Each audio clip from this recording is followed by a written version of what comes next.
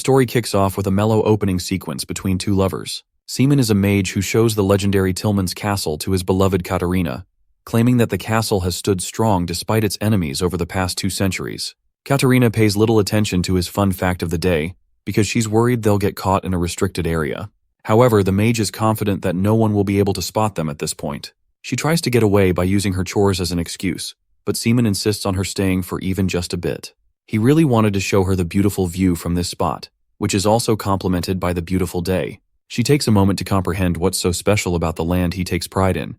After all, it's a place above the realm of commoners. Interestingly, Seaman shares that he may just be able to pull off buying a rich house in this premium location. He reasons that he'll get promoted into an intermediate mage soon because of a thesis he wrote on a new kind of golem. His seniors loved his thoughts, so it may not just be a pipe dream after all. They even shared that if the elder mages acknowledge the thesis fully, he'll get a promotion. Though it may not be a big house, Seaman is confident it could hold the two of them with ease. This confession of his makes her feel flustered. Seaman shares his heart and proposes to Katarina. After all, she's had her fair share of difficulty and hardships making up for him. Seaman wants to be the one to take care of her now, and it is his dream to make her the happiest person he knows. With a smile, Katarina teases the mage by reminding him that he still has to get promoted in order for that dream to come true. Seaman calls her mean, and I understand. The girl really wants that house apparently. Katarina adds that it was just a joke, and that she wasn't expecting for a hopeful day like this to arrive for the two of them. At the time, Seaman believed that they could live a life of bliss, of happiness. The day finally came where his thesis was being acknowledged. It was termed genius for his discovery of a new magic technique involving golem, and its impact was destined to change the entire world. Seaman worked night and day to make his dream a reality. He told the Duke that he could only make it this far because of his consistent investment and support. The Duke promised to support him further at this pace. But something frustrated Seaman as he clenched his hand. He was starting to realize a cruel truth of the world he was living in. There was nothing about this world that rewarded his hard work. He didn't get that promotion despite his brilliant contribution. The Duke suddenly asks the Elder about a request that he made. The arrogant Elder Mage decides to bring the woman he requested for, despite her low status. When the woman is presented by the guards, Seaman's eyes grow to horror and anguish. It's Katarina, his very own lover, and she's being subject to the Duke's demands as the guards carry her away. The Mage's inner frustrations are calling out to him. He no longer wants to be trampled by the cruelty of the nobles. The Duke is satisfied with the woman's looks. After all, she maintains a reputation for being beautiful. Even the Elder believes that if only her status was different, she could have enjoyed a life of wealth. Everything that Seaman dreamed of in his entire life was starting to now fall apart.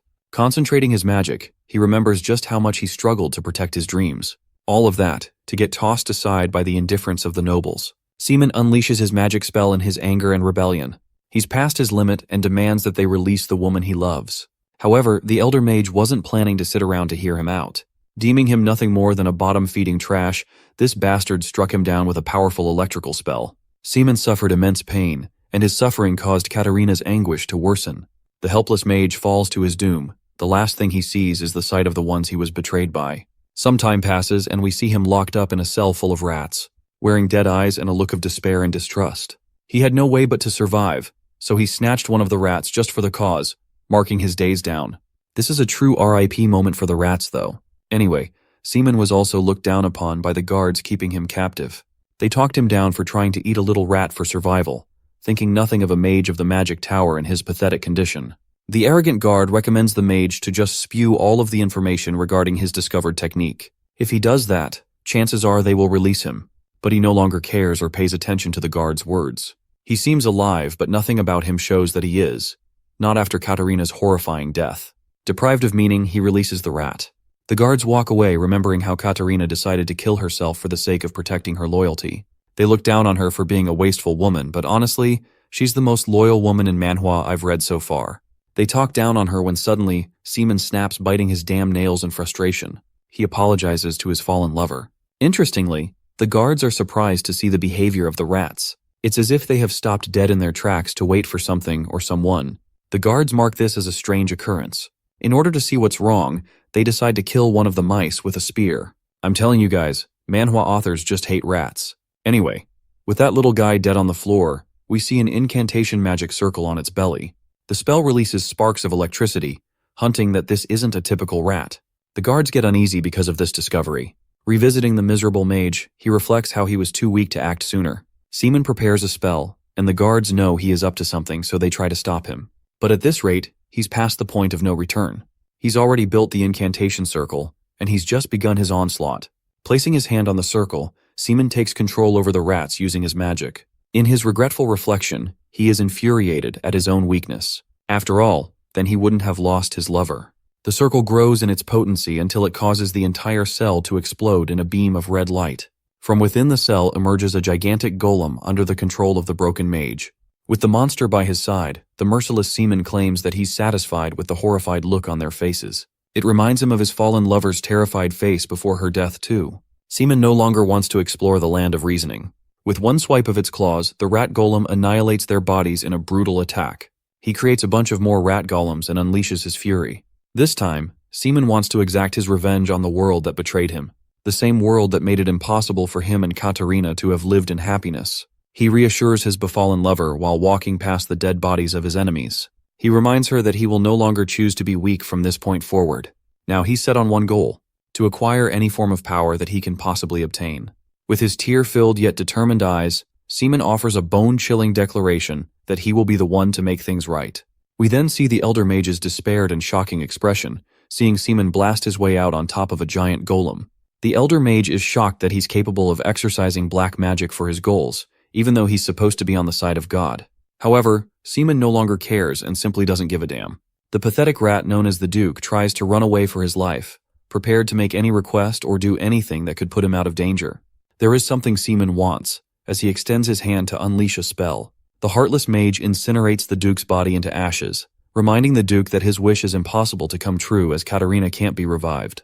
This messed up world has destroyed his dreams and taken away everything from him. So this time, Seaman is hell-bent on destruction and revenge. The scene cuts to a man who is being knighted by the king. The hero Lakan is declared to save the world before it falls to complete destruction. They refer to the Black Mage as the Demon King who has created an army of darkness and marked destruction all over God's territory. He is responsible for slaying many lives, and has become responsible for obliterating 2 whole kingdoms, as well as a dukedom. At this rate, the future of humanity rests in the hands of the hero Lakan, who is being entrusted with the duty of bringing this demonic figure down, to kill the Demon King and save their ravaged world.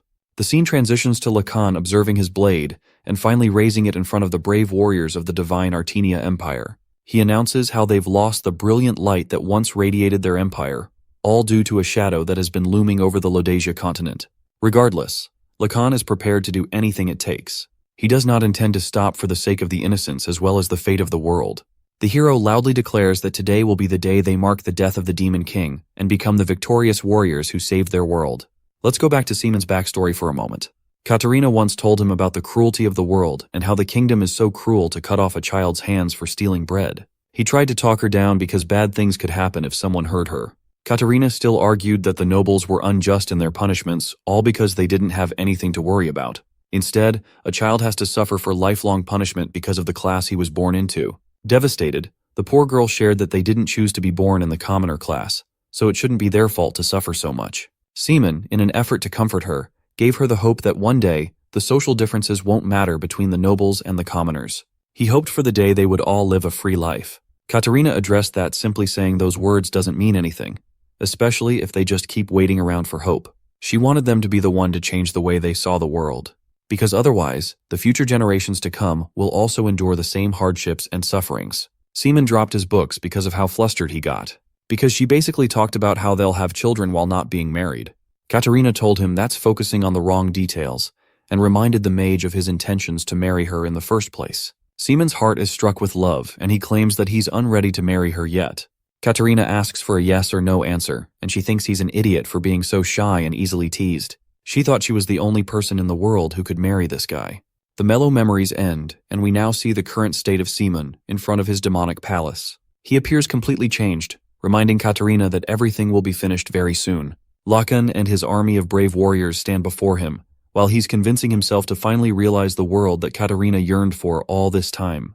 The brave warriors of the kingdom step forward, as the hero Lakan refers to the Demon King by his name. He addresses the terrorized state of the world because of his outlash. However, Lakan plans to correct that today by exacting justice in the name of the greater good. Pointing his sword at the boogeyman of the world, he prepares to judge Seaman's evil deeds. In response, Mage couldn't help but release a haughty laughter. He thinks the words God and justice are just pretty and convenient to use. In his anger, Seaman roars that he doesn't fear a god that doesn't exist, and he couldn't care less about a naive hero's sense of justice. Lakan shouts back, declaring that the countless heroes of the Empire are all here today to bring him down. They will be the ones to carry out judgment and destroy him for good. This will be the day the Demon King falls and the world is saved. Lakan and his men rush forward to finish off the Demon King. Countless blades are pointed at the mage, until he reminds them all that they're in no position to judge him. In fact, Seaman claims that he will be the one to judge them and the state of the world. Everything just about his world was lost the moment he lost Katarina, so nothing matters to him anymore. Seaman releases a powerful spell, declaring that he no longer wallows in delusions of righteousness. He only believes in one thing, and he'll show them that with glee. Behind Seaman is the manifestation of his demonic outlash. It pairs with his declaration and desire for power as his only standard of justice. The golems burst free in their manifested forms, while Seaman confidently invites the hero to take a look at the true manifestation of justice. As the giant creature towers before the army of warriors, Seaman intends to sever their naive faith.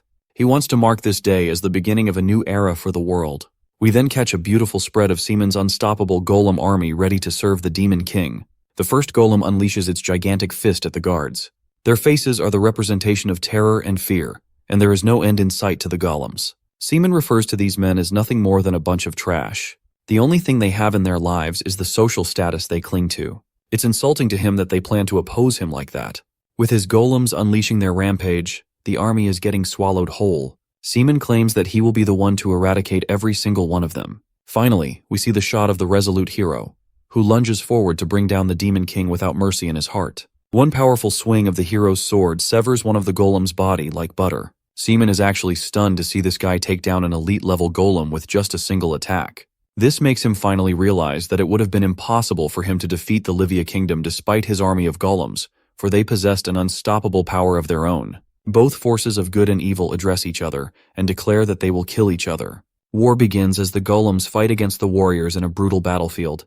By the end of it all, there's only blood and countless bodies resting on the ground. Seaman has one elite golem guarding him, and it seems Lakan is exhausted from the endless fight. However, he is still determined to bring the Demon King down for good. Finally, Lakan defeats the final elite-level golem with his precise sword strikes, leaving Seaman undefended. Seaman addresses the hero right before he's about to take his final swing. He wants to remind the hero that the world is rotten to the core, and if it wasn't for the hero stopping him just now, Seaman could have changed everything. His tear-filled errors seem to have made Lakan hesitant in his strike. The Demon King curses Lakan's entire bloodline, promising that he will ensure his family's suffering for generations to come. And with that, Lakan takes his final swing, severing the Demon King's head from his body. This is the end for the Black Mage Seaman. In his final memories, he remembers his lover's words, who reminded him that she felt the happiest with him by her side. It was the day they went to see Tillman's castle that she leaped forward to kiss him, confessing the most powerful 3 words in the world. With those memories, Seaman suddenly regains consciousness.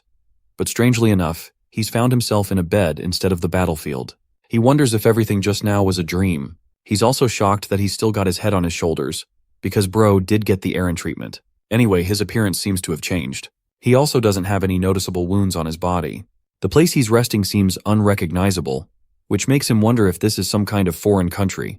Countless questions flood his mind because not even magic is capable enough to resurrect someone. After all, if he knew about that, he would have simply revived Katarina.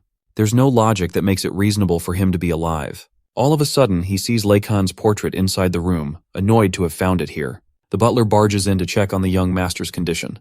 He's pleasantly surprised to find him awake at last. The butler embraces him, claiming that he was knocked out for 2 whole weeks, marking the end of the last Lakan of the family. Too many things are happening at once, so Seaman straightforwardly asks about the man's identity. This comes as a shock to the butler, who realizes that his master fails to recognize him. He collapses on his knees, tragically accepting that his master must have lost his memories from the accident. Sorrowfully, the butler decides to share what happened from the beginning. He thinks that it might help the young master to remember things and regain his memory. First off, this dude is supposed to become the Lord very soon. He's the successor to the Lakan Viscounty of the Baroque Empire. Not to mention, he has succeeded the great hero Lakan's family line. Lo and behold, this is Luke of the Lakan family, and you can just see the what the fuck is happening look on our boy's face. Seaman stands in utter disbelief. The realization that Lakan died over 500 years into the past is shocking to him. This means that he's reincarnated far into the future and right into the family line of the man he cursed before his death. Words fail to escape his mouth, as he tries to escape as fast as possible. The butler tries to stop him, but Seaman is overwhelmed with too much and reaches for the door to confirm reality for himself. He thinks he's being played for a fiddle because it shouldn't make sense in any way. As soon as he reaches for the door and opens his new world, Lacan finds himself chanting how nothing makes sense, offering his confusion to the world. But to his shock, he sees a giant knight the size of a golem. His posture shrinks, prompting him to question what the fuck is before his eyes. After all, with this creature in sight, it only adds weight to other butler's words and confirms everything he said earlier. Noticing the intricate details of the creature, Seaman realizes that it's even a step ahead of his golem magic. It's a magic that could only be envisioned in his imagination, and yet it towers before him in real life. The butler catches up to him as Seaman asks for his name. He's called Hans, so Seaman quickly asks what he's staring at. Hans explains that the monster before his eyes is called a gigant, a humanoid weapon with mobile capability. This makes him wonder if it was made using golem magic. Hans confirms that his thoughts are partially correct, because gigants undergo through the process of hextech technology paired with magic. Since technology has jumped in advancement, gigants are different from golems because they can be piloted by a human inside of them. Think of Pacific Rim or Code Geass, or just any mecha anime that comes to mind. It's basically that. Seaman is shocked that a human is supposed to go inside of a giant weapon like that. He collects his thoughts about the things he learned and finds it a brilliant invention of humanity. Not only is it immune from external damage, it could also react faster compared to the limitations of the golems. In effect, Seaman thinks that it takes care of all the weaknesses he faced with his golem magic. He decides to turn back and walk away before coming to a stop.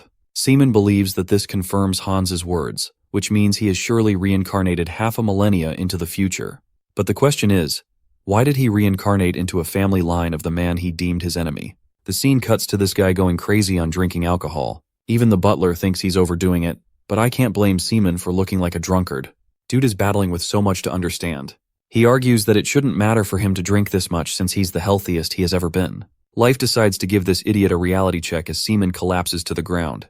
He feels an overwhelming ache, while Hans tries to calm him down. And now for the plot twist, it turns out that the Lacan family suffers from a curse. The word curse shocks Seaman, confirming Hans's thoughts that his master really doesn't remember anything. Seaman curiously inquires of him further. Hans decides to go down the lengthy explanation of how the war started. Seaman asks him to stop yapping and get to the point. Long story short, Lacan soon passed after his fight against the Demon King, mainly because of the curse that was left by him.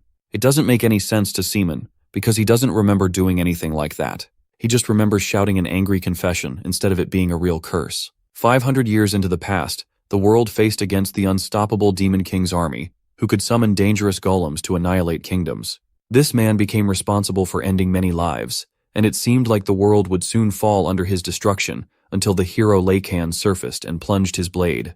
The world recovered its peace, but because of the Demon Lord's curse, the condition overwhelmed Lacan, jeopardizing his life as well as the bloodline of his family to die at a young age. Seaman closes the history book, having learned everything in detail now.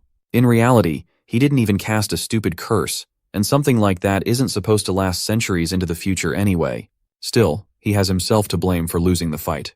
The only frustrating part is that he gets to be born in his enemy's family line. It almost makes him feel like he's the one being cursed. Seaman reaches for another book to refuel himself with knowledge. It's a second chance for him to make things right. He doesn't want to meet Katarina without having accomplished his true objective. There's the fact that the world could have gotten infinitely more corrupt in the past 500 years. That's why Seaman is still prepared to gather his followers and learn everything there is to know about the current state of the world. If he manages to unite his followers, he could really prevail this time around. With another book tossed, Seaman drinks like a maniac and realizes that the task is more difficult than he assumed. Drunk as a damn addict, he thinks most people don't even remember the Demon Lord to begin with. There's nothing in history that marks his significance anymore, topping it with the fact that his current body is literal dogshit for having no mana or stamina. It's impossible for him to even walk as Seaman slips and collapses with a thud. Planted on the floor, he wonders what his next plan of action should be. Guilt and grief overcome him, remembering that he may not be able to achieve anything for his lover in his second life. All he wanted in the end was to reform the world into a better and equalized place. His wallowing misery is cut short as a voice asks for their master. Seaman checks outside the balcony to see what's going on. There, he sees the merchants who are protesting to share an audience with him. One of them is a branch master called Darren. All of a sudden, our boy realizes that he's the one in debt. a fate that all of Lacan's descendants have to suffer. The merchant loudly proclaims 30,000 pesos as the amount that was borrowed last year for the construction of a mine. Darren is pissed that he avoided them all this time, refusing to return them the amount. The butler reasons, arguing the young master's condition, and assures the merchant they will repay the amount. However, Darren has had enough. This cheeky bastard is in it from the money and only wants the opinion of the noble himself. From their reactions, the clever merchant has assumed that they won't be able to return the amount. He leverages this opportunity to strike them an offer. He's willing to take the prized gigant of the family in exchange for the money, believing that it costs even less than what he's owed. His offer is met with uproar, as one of the knights of the family claims that they've only got 3 gigants, and taking away even one would render their territory defenseless. Rogers is extremely rebellious against the trade, and is willing to give up on his life instead of the gigants. The accountant Dixon has a counteroffer. He thinks they could raise taxes for a while to collect the money and return it to the merchant. However, it turns out the people of the territory are already suffering, so there's no way they could introduce more economic instability. Rogers is firm in his response, claiming that it's simply not possible to accept this condition. Meanwhile, Seaman is having the time of his life, because he's satisfied that the hero's family has to go through so much misery over the curse he placed. Suddenly, the merchant tells them to calm down. Darren explains that he wants control of the gigant, but he also doesn't want to be branded as the guy who took from the hero's house. Instead, he points to the gigant, offering a trade. It comes as strange to Rogers because they just argued that the gigant is out of the question. Darren explains that they misinterpreted his point. He doesn't want the weapon, but rather the control of the magic tower right behind. Now for this, Rogers is a little less frustrated about it. It's a reasonable trade instead of taking a gigant, especially since it's useless. Humpty Dumpty the accountant shares that it's no longer a tourist attraction either. It seems useless to them, but Seaman is out here shitting himself, because that magic tower actually belongs to him. This guy Lacan literally built an entire manor in the same battlefield where he beat the Demon King. 5 centuries ago, the Demon King erected a magical tower in this land. This place was much farther away from where the mage was situated. He lived here with Katarina. This place was broken down and tattered, but for the two of them, it seemed like a place of comfort. The perfect resting spot for the banquet of their dreams. Unfortunately, now that same tower is about to be lost, infuriating him greatly. Darren emphasizes that his company will refine the tower and make it a brilliant tourist attraction. This way, the economy will also take an uprise, allowing the greater benefit of the territory. Dixon is prepared to sign up when all of a sudden, a giant rumbling startles them. The young lord is pissed and making his way outside. He demands them to move out of the way and confronts the sleazy merchant. Dixon tries to act like he cares about his health and explains how they were in the middle of negotiations and about to get the signature going. Enraged, Seaman calls him a blabbermouth who's only good at talking crap without weighing the significance of the demon tower. He's infuriated at the mere suggestion of Dixon taking control of it. His unusual temperament scares the merchant shitless because he wasn't expecting him to react this way. The merchant attempts to speak ambiguously, but our boy isn't having any of it. Taking the magic tower would be similar to marking control over the center of their territory. He has already uncovered Darren's plan to extend his influence and authority. Darren is rather shocked that he thought so far ahead and argues that his assumptions are baseless. Seaman can't stomach the fact that he's trying to take over their territory, comparing him to be even worse than incompetent people as merchants are only looking out for themselves. Darren's situation has flipped over its head. He knows he has to respond with something credible and reasonable, but instead, he opens his mouth and reminds Seaman about their unpaid debt. After all, it makes sense for the company to get what it is rightfully owed. Interestingly, Seaman declares that they do intend to pay the company's debt. He's ready to hand over every last penny in 10 days. He unleashes his anger and demands the merchant to leave now. Darren is too scared to speak and runs away, hoping that the young master will be firm with his words. With him gone, Seaman thinks that merchants are all the same. Rogers is impressed by their young master's control of the situation. The vassals are collectively touched to the point of tears by their master's incredible foresight. They are also awed by his loyalty to their ancestors' accomplishments. Seaman doesn't get what they're on about, because he did it for himself. Rogers is beaming with joy for maintaining honor of the Lacan house. After all, the merchant was proven helpless against their master's response. They could almost envision Lacan's spirit inside him. Little do they know, it just pisses Seaman even more. It's tempting him to become the Demon King again. Anyway, Butler Hands is intrigued how he's going to return the money, especially with the hefty amount in mind. Hands compares the money to 10,000 wheat sacks or a single gigant unit. The thing is, they can't even seek help from other merchants right now, which means they'll have to come up with a different plan. Seaman expresses that if that's everything his vassals could offer to him, then they're practically useless. He rejects their help and intends to resolve the debt on his own. He's got no assets and definitely no facilities to provide. Food is scarce too. There's practically nothing that seems to work for him. Frustrated, Dude is starting to question if this is the same household responsible for slaying the Demon King. He's really pissed that there's absolutely nothing for him to use in the time of need. He even accuses the vassals for stealing the amount. Hans is a little shocked he even laid down that accusation. He points to the history of things for reference. Right after slaying the Demon King, Lacan's house was bestowed with a title of Marquis, and he shared a huge cut of the territory in the kingdom. It still doesn't make sense to Seaman. The butler continues, explaining how the Duke Baroque decided to venture a rebellion against the kingdom of Livia. Viscount Lacan was responsible for facing this injustice, but in the end, he's the one who fell victim to the curse of the Demon King, leaving things halfway as he suffered a crushing defeat. With that, the title of Marquis was quickly revoked, and this man was exiled to the borders of the kingdom. Terry Lacan silently passed away with his waning health. All of a sudden, it seems like Lacan never intended to have his territory built near the tower. Seaman is worried about the critical financial condition of their household. It doesn't make sense how it ran for 5 centuries. He wants to know what happened. Hans comes to address that part as well. Turns out that his ancestors intended on regaining glory and restoring the Lacan family to its heights. In order for that comeback to happen, those idiots expunged their resources for their cause. This Manat using up all of the assets and authority they had just to recover the reputation of the Lacan household. However, the cures stayed prominent among the family, passing all the way down. No amount of hard work could ever remedy their struggles, as it was all in vain. That is what became of a glorious house, of the hero who saved the world from doom. Hans is regretful to remind the young master that he lost consciousness due to a gigant incident recently. It also happened because of Luke attempting to tirelessly restore the household's reputation like the rest of the descendants, to show the world that he also possessed the qualities of the hero, but it led to overexerting himself. Hearing this, Seaman gets up from his seat and assesses the current situation. There's basically nothing they could do to save their skin. Hans is once again regretful to mention his helplessness, apologizing to his master. Surprisingly, Hans decides to maintain his hope and is willing to ruin his life all for the sake of gathering the amount. However, Seaman is uninterested in anything sacrificial like that. Instead, he's got a plan of his own. With a sinister look on his face, Seaman realizes that all they have to do is repay the money in any way possible. Well, in the next scene, we get an idea of what he meant. The vassals are shocked as Seaman has pulled out the glorious movie of removing the statue of the hero Lacan. Every single servant is dreading the fact that he sold the statue for the amount. Hans is stunned to find that the statue is missing and wonders where it could have gone. More importantly, he wants to have a chat with his master first. Suddenly, one of the guards comes to inform them about a new problem. Turns out that Seaman left the estate right when the guards were at their weakest. Hans collapses, realizing what's going on.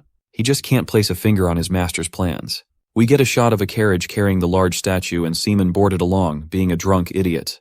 The coachman has been dying to ask a question. Seaman doesn't remember him, so Philip nervously introduces himself as his guard knight. He wants to know if Seaman is truly bent on selling the statue. That's what he's planning at least. Philip tries to remind him of the statue's rich history of surviving 5 centuries of legacy. But this dude just doesn't care. Because the important thing is the present. Philip warns him that he won't be able to pay the debt based on one statue. However, Seaman already knows that and claims he's got a larger plan in place. The guard knight is satisfied to hear that and thinks that it will all be understandable as long as he succeeds. Seaman finally reveals his grandiose plan, which is that he's going to use the money from the statue to gamble his way to acquiring 30,000 pesos. Yes, what a plan. Philip is really starting to worry now, and he's forced to stop the carriage. He warns the young master against crafting such a dangerous plan. Seaman doesn't get why he's traveling along with him if he's out here lecturing him on every little thing. Philip reminds the idiot master that he got dragged along without choice. He wouldn't have ever taken him here if he knew the plan about gambling. Poor guy even recommends turning back and coming up with a new plan. Seaman thinks he's one hell of an idiot, reminding the man that if they were to turn back now, he would have to face the allegations of attempting to sell the statue for gambling money. They would just never forgive him and could seriously expel him from the household. Philip is stunned to hear his words. Seaman thinks they won't be able to do much regardless since he's the young lord, which means the only person to get kicked out would be Philip himself. Poor guy feels a shiver run down his spine.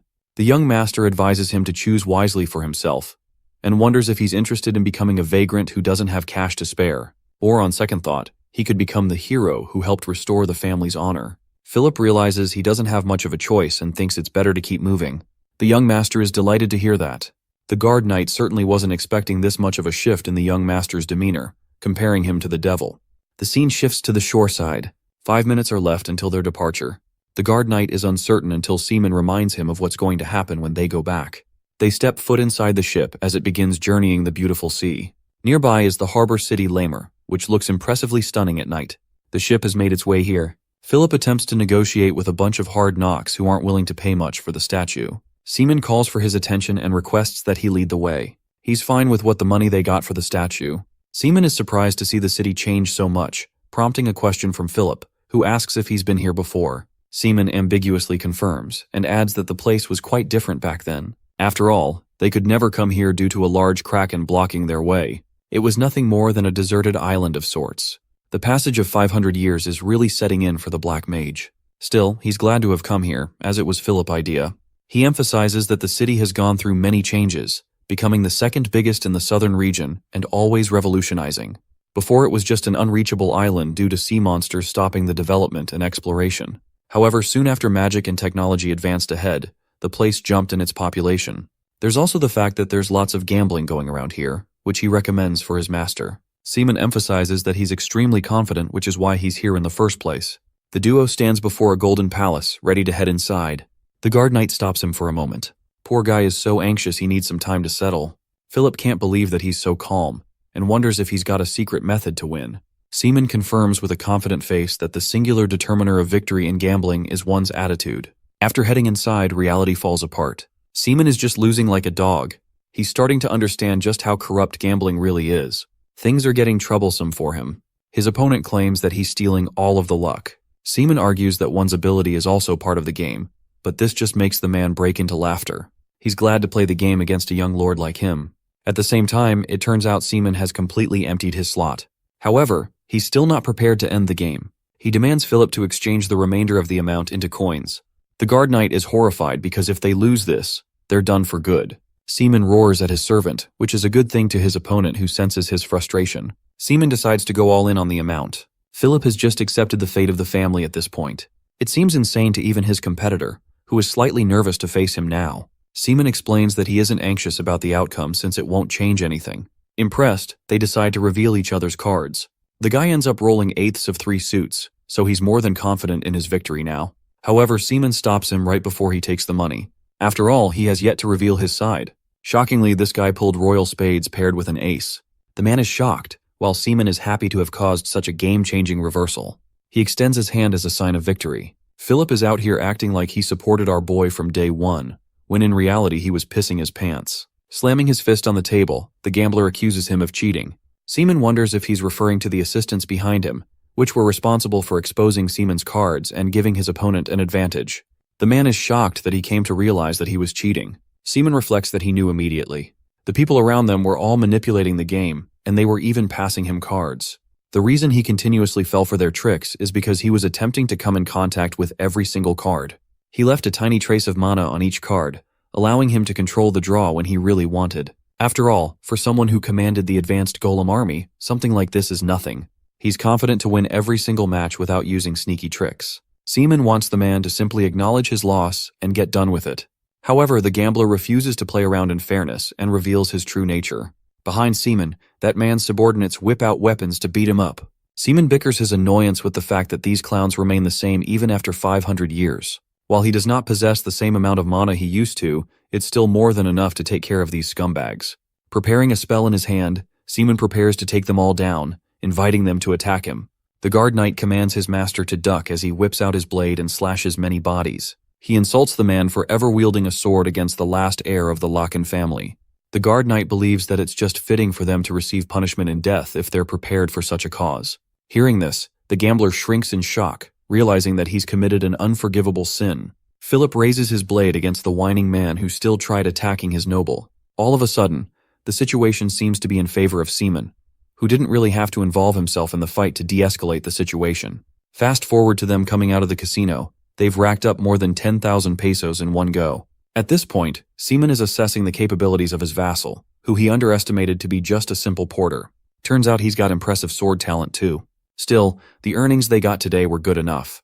However, the same strategy may not work for long, as it may raise suspicion from the gambling houses. Planning for countermeasures, Seaman asks if there's any place else where money can be made aside from gambling houses. Philip thinks about it for a moment and recommends visiting the Gigant Arena, a place the Black Mage has never heard of. The guard knight confirms that there are battle arenas designed specifically for giants to fight each other in the form of entertainment. The outcome of the match determines the prize money, but if you're good with your performance, it could help them earn way more than just 30,000 pesos. Seaman contemplates the idea for a second. He's already established an interest in giants, and since they're channeling some of the golem magic, it may be possible to manipulate the outcome. The guard knight encourages his master to believe in his words since he was once a top student of the Gigant Military Academy. Seaman is good with the idea, so he wants him to lead the way. As they're making their way, one of the guards is beating down a commoner for causing some kind of trouble. Philip is disgusted by their behavior for beating up a young child. This sight is a lesson for Seaman, who realizes that even after 500 whole years, some things about the world still remain unchanged. It was just the truth that certain things became worse versions of what they used to be with the passage of time. Frustrated at the sight, Seaman speaks his thoughts. But before he's able to finish, someone else cuts him off and tells the guards to stop. There's a woman who reminds the royal guards of their duty to protect the subjects instead of mercilessly beating them. Seeing this woman's sight, Seaman is utterly stumped. Her face, her voice, and her beliefs, they match with Katarina. The woman speaks her heart for the safety of the children. In this life, this woman seems to be a princess. The royal guards express that it's an order given by the count himself, so there's no use. People are becoming anxious because all of the refugees are leaving the city. The princess counters, questioning if these men believe in the idea of treating others like cattle, in an environment where the basic human needs aren't even met. Seaman's eyes widen as he hears her words. The woman adds that many children have already lost their families, and if they are deemed guilty, then she's the one to take personal responsibility first and get punished ahead of them. Before being a princess of the Volga Kingdom, she considers herself one of the refugees seeking exile. Against her words, the guards prove useless, yet annoyed that her way of doing things will complicate matters.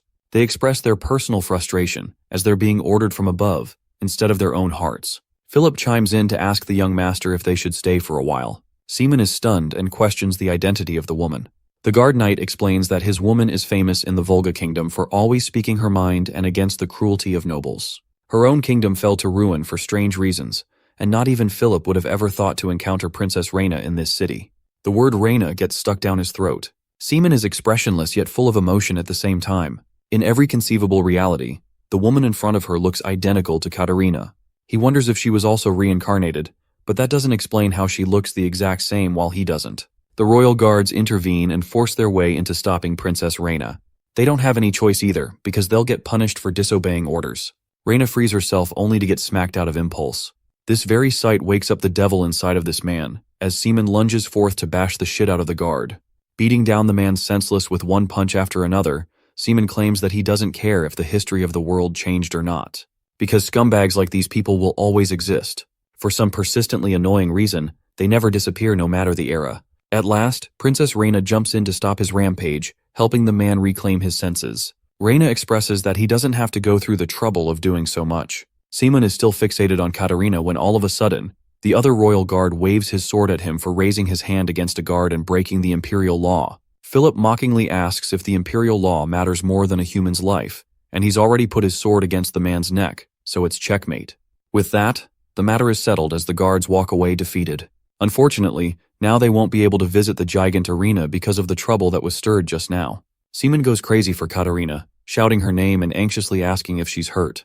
He apologizes for his temper and explodes on her. But unfortunately, this woman does not know or remember him at all. Reina straight up asks about his identity.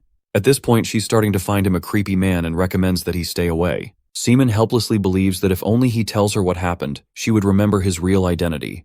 However, Reina denies any such considerations. She despises the nobles and thinks that there's no difference between him or the guards who beat up children. She also thinks he's making a critical error in his judgment for mistaking her for someone else. The woman reminds him that she's not Katarina, but rather Princess Reina. That puts a dead stop to the conversation while Philip comes rushing for the young master. He wants to clarify to the princess that they're not causing any trouble. Words become blurry. Seaman's mind drifts into the background, remembering the countless agonizing hours he spent in grief all alone, realizing that his lover would simply never return. And now, his resolve crumbled, merely because Reina and Katarina shared appearances with each other. A servant of the princess comes looking for her, reminding her that she had an important event to attend. Poor guy had to go through the trouble of finding her in a rush. Victor is annoyed to discover that she was arguing with the guards again. More importantly, he's concerned about the men standing next to her. Reina fills in the gaps and explains that it's their first encounter. Victor reminds them not to get close with the princess. Seaman expresses the sheer stupidity of things. He believed he was the one responsible for escalating the situation, but in the end, the reality is, he helped her regardless of his later reaction. Seaman clarifies that he didn't look for anything in return, but this woman doesn't even have the heart to thank him for his effort. He has the princess speechless and unable to respond. Seaman turns around, ready to leave them alone. The princess and her butler are also about to go, but a thought bothers her. She confesses that the noble is indeed correct. She didn't even thank him just now. Let's cut to the Gigant arena. The commentators are riling up the crowd with the intense matchup going on. Right when everyone is cheering in joy, Seaman and Philip decide to take a seat. The fight is finished with one Gigant mauling the other with a powerful swing of its axe.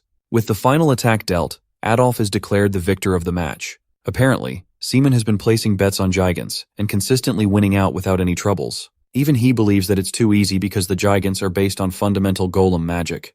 This easily helps him determine the victor of the match thanks to the flow of mana coursing through the creatures.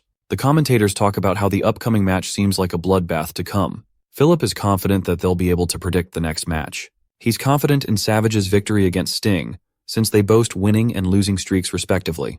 Savage has the clear advantage, but Seaman thinks the match will be cut short and finish quickly. Introducing the monstrous Gigant with a consistent winning streak. The dual axe-wielding Savage. His opponent is someone that shockingly stole a victory from someone in their previous encounter. This revelation surprises Seaman because the rest of the crowd calls him a lucky Gigant, and nothing more. Sting is introduced as a tattered Gigant, much smaller in size. The second Seaman sees this Gigant, he decides to place all of his bets on Sting, which seems like the worst decision ever in this situation. Philip thinks his master has lost his damn mind after all. Savage is a monster compared to the lucky Gigant. However, Seaman is sure to have seen something and believes in the future where Sting will prevail. The match is quick to begin with Savage's first outlash, but for some reason everyone is shocked that Sting is managing to keep up blow for blow. The little guy is shattering expectations of everyone who downplayed him. He's countering each attack. Savage is impressed with his abilities, but at that moment he decides to stop messing around and unleashes his fury. Philip is crying his eyeballs out because they've bet all their money on Sting. Seaman, on the other hand, believes that contrary to everyone's expectations, Sting is channeling way better control of mana. It just doesn't make sense to him how the Gigant refuses to unleash its mana's capabilities. Sting has just lost an arm and is inches away from defeat, while Savage looks him down for accepting defeat. Raising his dual axes, this behemoth prepares to destroy its opponent in a final swing. Once more, poor Philip is out here having a panic attack while his master is as cool as a cucumber. The axes descend upon Sting, but in that critical moment, something happens as sparks of electricity begin surfacing around the Gigant. Savage's attack connects with the ground, but his opponent is nowhere to be found, prompting him to get confused. The so-called lucky Gigant finally speaks, claiming that bets can always be adjusted in Gigant matches up until 30 seconds. With that time frame finished, now he can go full strength without worrying about any repairs. This means Sting was intentionally holding back to make sure he received the most amount of money when he won. The Gigant releases an incantation circle, which descends a column of fire upon his opponent. Savage is getting grilled to the bone, causing a shocking upset among the crowd and in the arena. They can't believe that their prize champion is getting knocked around despite his high win percentage. In the end, the victor of the fight is Sting, the underdog who became the new champion, while Savage is turned to crisp. Philip cries tears of joy because he never expected them to win. Meanwhile, Seaman is stunned to find out that Gigants are actually capable of activating magic spells. Such a thing shouldn't even be possible in his worldview. Philip explains the confusion. It turns out that Karen, the person piloting Sting, is a rune knight. It's not exactly uncommon to see Gigants capable of using magic. However, they intentionally hide their strength to raise the odds of winning. But that's not the thing bothering our boy. He's perplexed because the fundamental theory of magic was constructed by him, and it's so unique in its essence that no amount of time could have modified it. The reason is simple. It's because of the fact that it was completed with the help of black magic. The scene cuts to the Gigant hangar. The guard knight doesn't get why they're here and emphasizes they should return as soon as possible. However, too many things are bothering Seaman at the moment, and he's getting tensed up. They coincidentally bump into Victor, who is arguing against Reina from participating in the match. The fight's odds are against her, but Reina believes in her mercenary Andre, who could easily pilot Mir to defeat the Count's Gigant. Seaman notices that they're stuck in problems of their own. Victor questions what led to her decision to accept a reckless duel. The harsh condition is that she'll have to marry the Count in the case she loses. However, this girl is defiant in her cause and claims that she did it for the refugees, who would have starved to death otherwise. Her goal is to save everyone she loves, And this outcome, even though it places her in trouble, is the only way. Her butler can't accept her becoming a sacrificial pawn for the benefit of others, especially considering the fact that they have a broken gigant, so there's just no chance of victory. Victor understands her cause to help the refugees, but is against the decision to put her own life on the line. Ignoring their senseless chatter, Seaman prefers to take his leave as he's heard enough. He wants to return home at once. As he's walking, the mage assures himself that the woman is definitely not Katarina, so he has no reason to involve himself. That is until he hears how the princess is risking selling her freedom, especially when the count is a ruthless man who has already threatened the refugees many times. Orange hair over here reminds her that if they don't replace the mana stone, the gigant is far from being operable to begin with. And if it was operable, the difference in their models is too vast. The count's gigant will decimate Reyna's in an actual fight. So in this case, he advises that she heed to her butler's advice. Stubborn as a rock, Reyna persists in her ambition, claiming that she can't swallow defeat without even trying. The helpless situation moves her to tears as she questions who will be the one responsible for helping the weak, if not her. At last, a voice of hope speaks, inquiring if he should figure things out. Reyna turns to find the noble, who is of the opinion that both the gigant and its mana stone can be utilized. Victor comes out with a sword in hand to protect the princess from the creeps. He thinks the situation is far too coincidental and suspects them to be assassins of the count. His words are really pissing off Seaman here, while the guard knight tries to explain about who they're really dealing with, which is the 15th descendant of the Lacan family. Victor is perplexed to hear that these men belong to the hero's family, and he's still suspicious of them. But now Reyna wants her butler to put her blade down. She apologizes for what happened earlier and realizes that they've heard the conversation before. She doesn't want to admit that she doesn't have any other options, but it's just the reality. Reyna wants an additional favor from this man. Seaman is happy to hear her out, and this time, he's going to make sure to showcase his skills instead of talking about who he is. The mage works with the gigant, while the repairman explains how futile their efforts are going to be, since the machine is basically inoperable. They're afraid that this guy might end up damaging the gigant instead, and chalk it off to a noble's high ego. So the guard knight uses this opportunity to make a bet with these fellows. He wants to wager 10,000 pesos on his young master fixing the gigant, something not even the iron mages like them were able to fix. Of course, it's an incredibly ridiculous offer, but Philip has the advantage here, and simply calls them cowards for not standing by their words. All of the sudden, Reyna asks Philip an important question. She can't help but see why a tiny little dagger like the one in Seaman's hand is capable of fixing gigants. Seeing this, even Philip's confidence cracks because he doesn't get what his master is going to do with a tool like that. Seaman attempts to slice the gigant's head, receiving surprise from Philip, who realizes this is no good at all. Turns out he sliced off his hand to draw blood and is confident in what's about to happen. Extending his hand, Seaman casts a myriad of red magical circles with all of his might. With the manipulation of magic completed, the mage calls out to the gigant and demands it to arise. I think that's a solo leveling reference right there. The magic tower of the Demon King Seaman. At one point, he stood on top of the world with his golem army. Seaman did not allow for them to rest for even a moment, deeming them immortal beings who exist to destroy their enemies. That's when he commanded them to rise up from their defeated states, empowering the golems with black magic and resurrecting them again. The same goes for the glowing gigant that is now brimming with a pool of mana. Philip celebrates like his biggest fan, while the rest of the iron mages are in utter disbelief. Even Reyna can't believe how this man was able to awaken a gigant in that state. The fact that a person was able to revive a dead magic crystal is unbelievable. No one had heard of this level of magic in their lives. If only the entire world witnessed the glory of Seaman's magic, they would be celebrating human advancement and revolution. Philip is now convinced that his master is capable of doing anything he pleases. On the other hand, the iron mages refuse to acknowledge what he just did, calling it the works of black magic. Pissed as hell, Philip turns to them with a murderous look on his face, questioning if they are really accusing the Lacan family of using black magic at this moment. The iron mages stand their ground, so Seaman chooses to explain what happened.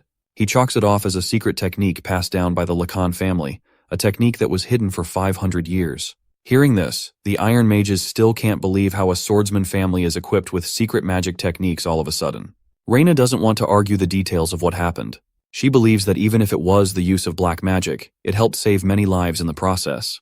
She finds herself grateful and indebted to him and extends an apology for her reaction last time. Seaman is okay with what happened because it's only reasonable she was wary of him. Reyna draws near him to clean the blood from his hands, begging him to give her this opportunity to help him. Seaman is okay with her doing that, so long as it relieves her in some way. Their conversation is interrupted by one of the vassals working for Reyna. The man has exhausted himself just coming here. He wants to let everyone know that the mercenary Andre has gone missing, no longer to be found in the lodging or the waiting rooms. The scene switches to Count Monarch, who has manipulated the battlefield by winning over Reyna's rider. Now she's left with no one, and she can't fight either, despite having repaired the Gigant. There are questions being raised about the Gigant's sudden activation. For that, his own servant is bashed for his incorrect assessment. He begs for another chance to make things right, but the brutal Count Monarch is disgusted by his mere presence and tells him to fuck off, basically. Monarch wants to know about any other details that may have slid under the table. He doesn't want any interruptions stopping him from acquiring Princess Reyna as his bride. The man believes that he will teach everyone a lesson on what he's truly capable of in this upcoming fight. Back to the Gigant Arena, the most anticipated match of the day is here. Princess Reyna's mirror will be facing Count Monarch's Achilles. The golden magnum opus of the Count is the city's champion, boasting nearly 80 victories as its winning streak without even enduring a single loss. This guy is the Michael Jordan of his sport. The commentators were eagerly anticipating Meyer's arrival, but it seems like the Gigant hasn't shown up yet. It seems like Princess Reyna has abandoned the match, which is why the crowd has a displeased and harsh reaction for their wasted money. Monarch is glad that she gave up because she couldn't find a rider to operate. He feels pity for her not accepting his marriage proposal right away. Let's revisit the situation with our gang before the fight. They came to learn that Andre was missing thanks to the Count's trickery. Even though Andre is supposed to be a loyal vassal of the family, it seems like he's betrayed them in the end. Reyna's face is full of horror, but there's still the glaring issue regarding the Gigant's difference in strengths. The princess's body trembles, unable to accept that this man stooped so low. Seaman becomes the voice of reason and asks if she will be forced to marry him by default if she abandons the match. That's why, despite his intrusion, he wants to help him in this sticky situation as well. Reyna can't stomach the fact that he's going so far for no reason. The same goes for Philip, who wants to remind the young master about the accident that knocked him out for a month. Seaman expresses that he's not worried about something like that because he's got a different plan in mind. And now, we cut back to the battle arena, where the valiant Mir is making its way right in the nick of time. The commentators are proud that the warrior refused to turn tail despite facing an unstoppable monster. Monarch is now extremely pissed, because his informants told him Reyna didn't have any other riders to spare. His servant tries to explain that there really wasn't anyone, which makes him wonder if she ended up hiring a mercenary at the last second. Monarch can't believe that a rogue mercenary would go out of his way to support the princess instead of taking his side in his own territory. Victor and Reyna arrive just in time before the match begins. She's glad that they were able to make it, but it still doesn't confirm their victory. There's the problem regarding the performance of each individual Gigant, and then there's the fact that the rider operating Achilles is the city's champion. However, Seaman thinks they'll be just fine. While it seems like his guard knight is nothing more than a clown, the man is extremely skilled as a pilot, and he's excited to participate in the fight. The unexpected Gigant has made its arrival, but still, a number of variables are against its odds. The crowd is underwhelmed by Mir's size and specs, because they don't think it's capable of taking down the strongest there is. The entire arena roars in a giant laughter, and suddenly believes that they should have run away instead. Mir is regarded as a piece of junk that can't even move an inch from where it stands. Achilles' rider, on the other hand, gives him praise for not running away. At the same time, it's as clear as day how this match would be decided in everyone's eyes. He has no intention of holding back against Meyer. Philip responds that he's just going to let his actions do the talking. In order to test his confidence, Achilles comes roaring with a powerful blow. Even Philip can't help but agree that Achilles is an overwhelming strength machine. Yet he lunges forth to attack, knowing that size doesn't mean everything. Don't at me in the comments. Anyway, he tries to outdo him in speed, only to get shocked that Achilles is incredibly fast with his reflexes. Mir dodges a powerful swing of his axe, sending shockwaves. Achilles is rather underwhelmed that his opponent turned out to be even weaker than he thought. The attack just now literally ripped apart the ground, a close call for Philip. He realizes just how bad the situation really is, since he's dealing with a rider with the proficiency of an expert knight. Endless attacks come flying towards Mir, who is on the back foot and barely standing ground. He dodges yet another critical swipe. The commentators remark how Mir is lasting far longer than anyone expected with his incredible speed. However, Victor is worried about the strategy since it may not last for very long. The princess tries to comfort him, reminding her butler about Philip's skill as a knight. Seaman believes in the man, knowing that he's already faced many knights before, proving his own skill. But still, seeing how Philip is basically running for his life in the battlefield, the mage thinks he needs to be taught a lesson later. He's starting to question if Achilles' rider ever gets exhausted. So this time, he forces a counterattack out of nowhere, which actually connects with his opponent. Unfortunately, the attack didn't even dent his armor, and instead has enraged Achilles even more. He decides that it's time to go all out, and unleashes his signature finishing move. The question is, can Philip really dodge this attack? Even he knows he's fucked. A loud explosion follows the attack. Achilles is stunned to find that his opponent actually dodged his ultimate strike. Mir rises from behind, claiming that Rogers would seriously kill him if he found out what he just did. After all, everything is resting on his shoulders for the young master. Channeling his mana, Philip expresses that his opponent is going to regret this fight. He unleashes his full strength and prepares his blade. Achilles' rider is shocked to find someone activating an aura. He thinks he's met a worthy opponent at last. Suddenly, Count Monac comes screaming in his ear for fooling around. He can't believe that the best of the best is facing a hard time against a junk robot. He tries to remind him of the consequences that would follow if he loses the fight. So now, the rider thinks it's time to bring out the big guns. Achilles is done playing a fair fight and lunges forth with a powerful full swing. However, Philip is done toying around and claims that there won't be another fight to begin with. As soon as Achilles' attack misses and hits the ground, Philip disappears in a flash of a second. The next thing the big guy realized was that his arm had been chopped clean. It's an impossible level of aura and speed being casted inside a gigant. Achilles' rider remembers at last that there was once an undefeated legend of the gigant arena who disappeared 3 years ago. Mir delivers the killing blow with his crackling electrical slash. As for the champion rider who disappeared is discussed to be someone from the Black Knight's phantom sword. The commentators have been left excited by the sudden upset. History has been made as Achilles is rendered incapable of fighting in moments. The undisputed winner of this match is Mir the underdog. With the crowd chanting his name, Achilles' rider is glad to have encountered the Black Knight in battle. They had once fought each other 3 years ago in the Royal Arena. Right after he set a record, the man disappeared, which makes him question why he's back. Philip explains that he is indeed the undefeated Black Knight, who wants to help others in need. At the same time, he requests the rider to keep his identity a secret. Funnily enough, the other guy is fine with that, because he knows he's getting his ass fired from his job soon. The princess and her butler celebrate the joy of victory and are moved to tears. Seaman is overall happy to have contributed to this extent, and walks away content with his actions. The dude is stoked to see the betting board. Mir's odds were specifically 21-1, and Seaman even put up the first 10,000 pesos for this risk, so now he'll reap an incredible reward. The calculated total earnings are revealed to be a staggering 210,000 in amount. Can't believe this man gambled his way to becoming Elon Musk. It's time for them to leave the city. Princess Reina is there to see them off, still grateful to everything they did for her. Seaman expresses that there's nothing to worry about as he was just trying to help. Regardless, even the princess knows that she caused trouble and doesn't have anything to show him appreciation. The noble is fine with that because he thinks they earned quite a bit of money by running into her, so it evens the trade. In all honesty, Seaman doesn't want to leave the city, but since they've caused a bunch of trouble, it may put him in danger if the people come to know that he's the descendant of the Lacan family. The princess realizes what he's talking about and apologizes for making his trip short-lived. The noble thinks it's fine for him, but for her, he recommends that she also leave the area for her own city. After all, that bastard Count Monac won't just give up so easily. Dude is currently wiping the floor with the rider who lost the fight. Victor agrees with the man, stating that they're required to leave at once. Seaman tells her that she doesn't need to worry about the refugees right now, because if she stopped here, then no one will be able to help them anyway. For the sake of a better future, Seaman thinks it's ideal to leave for now. Before he's able to finish his sentence, Reina claims that she has acknowledged the risks involved. At the same time, she doesn't want to do that, despite seeming like a stubborn hard-ass right now. She doesn't want to abandon her people without a symbol of hope. All she cares about is helping them. Hearing this, Seaman is surprised yet also impressed by her response. He wishes her well and the two exchange a handshake, looking forward to the day they run into each other again. Well, with their pressing problems regarding money solved, our boy initiates his return trip to be crowned the hero. Philip still can't believe that he willingly chose to bring the Iron Mages along, not after what they said. Seaman expresses that he did it for the lack of mages in their territory, because otherwise, there's just no way they'd be able to fix the giants in the family. Philip recommends him to fix the gigant on his own, but the young master reminds him how stupid he sounds right now. He thinks it's clear as day why Philip is a bonehead and orders him to return to Guardian their goods.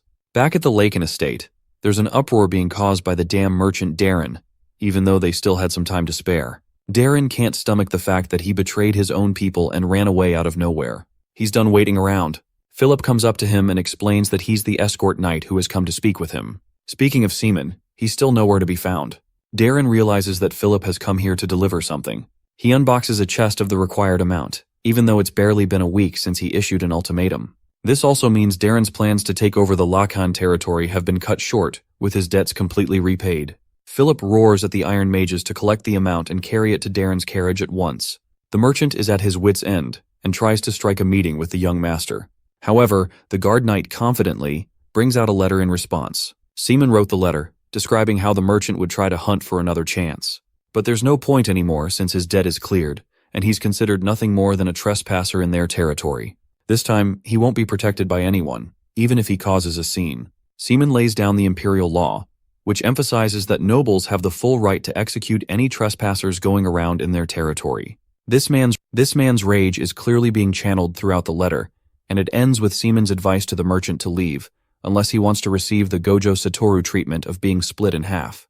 The merchant squeaks in terror, realizing he's got 3 seconds to bolt away. He instantly boards his carriage and runs off like a coward, cursing the young lord. Philip is satisfied with this outcome, glad to have shown just how terrifying the young master truly is. The other vassals come calling for his name.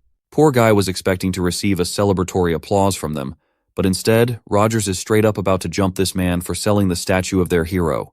They strangle him for going to such lengths and demand to know where the young master went. Philip tries to explain the situation, but these clowns aren't having it. The knight reveals where the young master is staying, and it's the place we all know about, the Demon King's Tower. He opens the giant doors, welcoming his old home that is now a mess of a place. Turning on the lights with a flick of his fingers, the mage is at least glad the structure is standing even after 5 centuries worth of abuse. Suddenly, he remembered the exact spot he and his lover used to enjoy their conversations in, the only place where Katarina lives. That's why Seaman wants to protect and endear the magic tower no matter what. However, he came here for a different reason today. Placing his hand on the wall, he wonders if this is going to work like it used to. We see an activation of a magic spell which unlocks a secret door. He's glad that it works like a charm, and the place is preserved like it used to be. Now it's time he takes what rightfully belonged to him. Descending down his labyrinth, Seaman goes on a rant on how one can easily expunge a curse. The only way to do that is to wield a stronger mana than the power of the curse itself. Or at least that is what he heard a long time ago. He comes before a room and opens it. Seaman is rather satisfied that someone protected the house in his absence.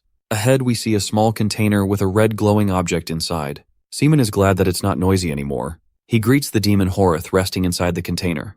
Now let's invest 5 centuries into the past. Deep in the demonic territory, the Black Mage came in his lust for power. Activating Death Bullet, he annihilated the creatures around him, leaving him exposed to the one ruler of the territory. This demon shares an appearance similar to a human's. Horeth was surprised to discover that he took down multiple fortresses with ease. She's also surprised to find out that he's quite young for his age, which is slightly disappointing, yet impressive for a talented human. That's why she's willing to show him mercy by allowing him the chance to ask anything. After all, it's only right to reward him for his effort. However, Seaman becomes very annoyed with her endless chatter and mockingly asks if a demon's yapping somehow increases their rank too. This obviously provoked Horeth as he took advantage of her mercy. She thinks he's a fool for becoming arrogant after defeating low-level demons. Horeth wanted to show him just how powerful the demons under her command truly are. However, not even the High Demon anticipated the Golem army to come bursting through to the magician's help. The High Demon was impressed. The battle between the Golems and her guards began, as both clashed against each other, leaving just the 2 of them on the battlefield now. It was a mage fighting a demon. Both came swinging to kill each other at full speed. Their agonizing battle ended with Seaman standing as the victor. He intended to convert Horeth's essence into demonic energy, which made her wonder about his greater ambitions to change the world.